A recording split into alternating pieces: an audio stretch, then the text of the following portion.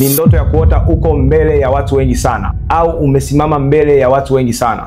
Ndoto hizi zinaonyesha kwamba wewe utakuja kuwa ni mtu wa watu, wewe utakuwa ni mtu wa kusikilizwa sana, wewe utakuwa ni mtu wa watu. Influence yako ita extend, influence yako itakuwa haina barrier, itakuwa haina kikomo, itakuwa hauna mpaka. Yani wewe utapendwa na watu wengi, utasikilizwa na watu wengi, na watu wengi watakufuata kwenye hicho unachokifanya. Kama ni kiongozi, basi utajikuta kwamba wewe unakuwa ni kiongozi wa kufuatwa na watu wengi. Yani watu wengi wanakufuata wewe, watu wengi wanakusikiliza wewe, na hali hii itakufanya wewe uchukiwe na watu wengi sana.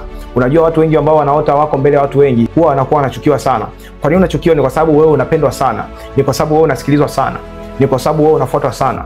Na kuna watu wanaweza kawa kwenye maisha yako ambao hawapendi wewe usikilizwe kama unavyosikilizwa, ambao hawapendi wewe ufuatwe kama unavyofuatwa, lakini kwa sababu tu Mungu ameamua wewe uwe vile, na ndio maana unafuatwa na kusikilizwa na watu wengi sana.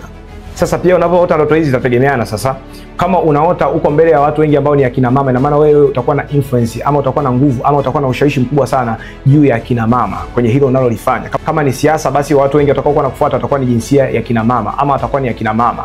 Kama wewe ni mtumishi wa Mungu, basi watu wengi sana ambao watakuwa nakukubali basi watakuwa ni akina mama. Kama umeota ni watu wazima ama ni wanaume, tuseme kwa mfano ni wanaume, kama umeota, inamaanisha kwamba wewe utakuwa na influence ama una ushawishi mkubwa sana, ama ni wanaume ndio watakuwa nakupenda sana, yani wanaume watakuwa nafuata sana kile unachokifanya na pia wanakisupport. Kama ni watu wazima hivyo hivyo, kama ni wazee hivyo hivyo.